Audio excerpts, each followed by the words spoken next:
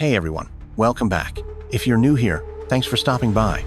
This is a channel where I take real-life mysteries, unsolved crimes, and shocking true stories, and bring them to life using cartoon visuals and storytelling. Now, these aren't just random tales. These are real events, real people, real tragedy. I'll be walking you through each case step by step, giving you the facts, the theories, and letting you decide what really happened. So if you love deep dives into mystery, suspense, and the unknown, stick around. You're going to want to see this.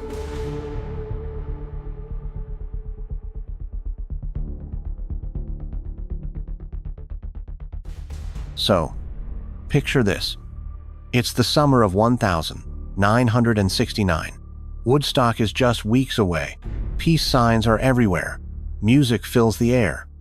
But somewhere, far from the music and love, a different kind of energy was building. In a dusty ranch outside Los Angeles, a man named Charles Manson gathered followers around him. He wasn't violent at first, just charismatic. He told them the world was about to end, that the blacks would rise up against the whites, and when they did, he said it would be them who survived. That group became known as the Manson family, and what followed would shock the world forever. Charles Manson didn't start out as a killer. He was born in Ohio in 1934, abandoned by his father, raised by a single mother who struggled to care for him.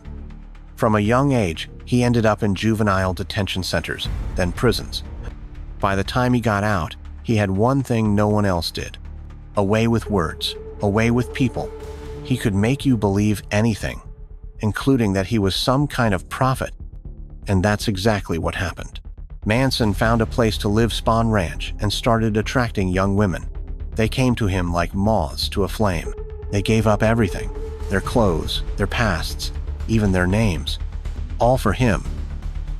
It wasn't just Manson leading this group. He had powerful women by his side: Patricia Krenwinkel, Leslie Van Houten, Susan Atkins, and of course, Charles Watson. Together, they formed a family, not by blood, but by belief. Belief in him, belief in his twisted vision. They called it Helter Skelter, a race war Manson predicted would tear America apart. And he believed he could lead the survivors.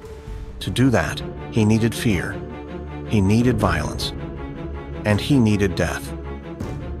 On the 8th of August, 1969, Manson sent his most trusted followers on a mission. Sharon Tate, Jay Sebring, Abigail Folger, Wojciech Frykowski, Stephen Parent.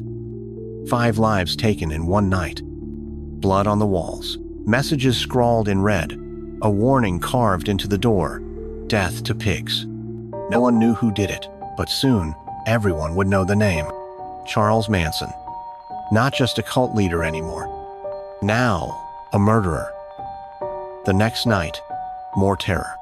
Leno and Rosemary LaBianca were killed in their home. Stabbed, brutal, no mercy. This time, the message was clear. It wasn't random. It wasn't self-defense. It was a statement. Helter Skelter had begun, and Manson was pulling the strings. At first, police thought these were copycats, random killings, nothing connected. But something didn't add up. Whoever did this left behind clues.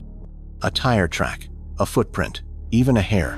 And then there was the car, found near the scene, stolen, owned by someone connected to Spawn Ranch. Suddenly, detectives had a lead, one that led straight to Charles Manson. Manson didn't hide for long. His followers did, but not before talking too much. One of them, Tex Watson, couldn't stop telling people what he'd done. And slowly, the story came together. They weren't acting alone. They were following orders. Orders from Manson himself. It all pointed back to one man. And now, the law was closing in. The trial began in 1970. It was unlike anything anyone had ever seen. Manson sat quietly, watching, listening.